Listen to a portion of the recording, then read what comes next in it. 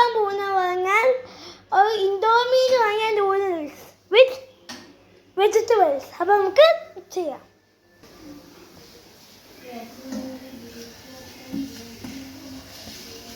മറക്കല്ലേ.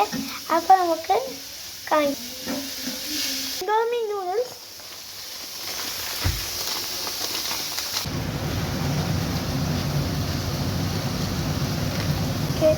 ഞങ്ങൾക്ക് മിക്സ് ചെയ്യാം.